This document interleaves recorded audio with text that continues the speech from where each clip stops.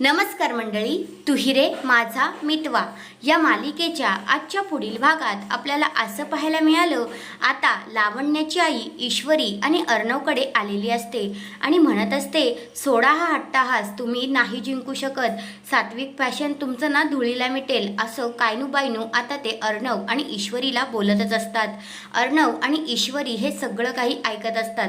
नंतर मग अर्णव म्हणतो, असं कधीच होणार नाही, माझी कंपनी कधीच लॉसमध्ये जाणार नाही आणि तिचं काहीच वाईट लागणार नाही.